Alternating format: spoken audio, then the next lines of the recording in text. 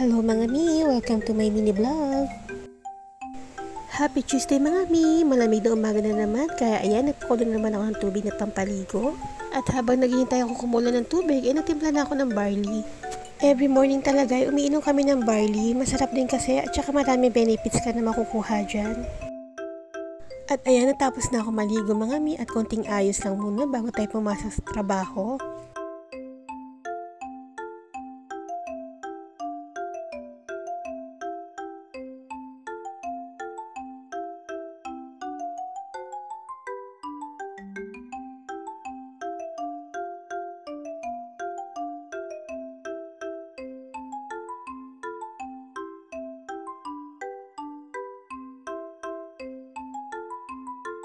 At ayan, work muna. See you later!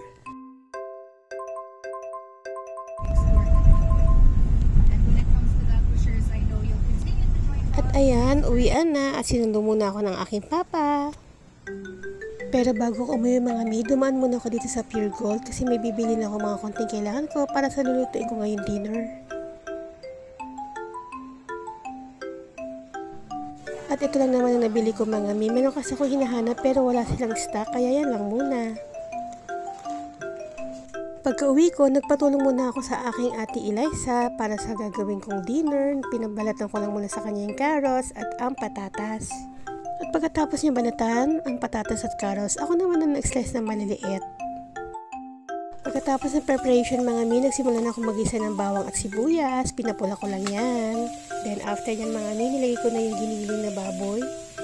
Then halo-haluin ko lang yan at papupulahin ko din yan. Then after mamula mga mi, nilagay ko na agad yung patatas. Hinalo-halo ko lang, then isinunod ko na dyan ang carrots. Halo-haluin din.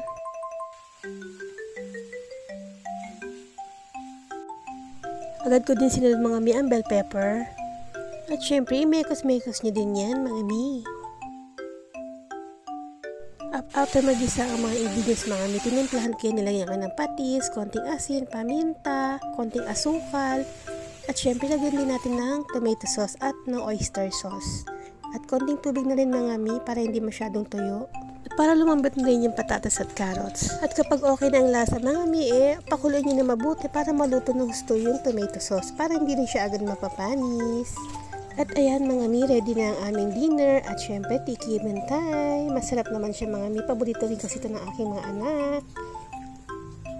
At namatapos na kaming kumain at syempre magpapahinga na. At ayan, salamat po sa panonood. Next time na lang ulit. See you in my next vlog. Bye!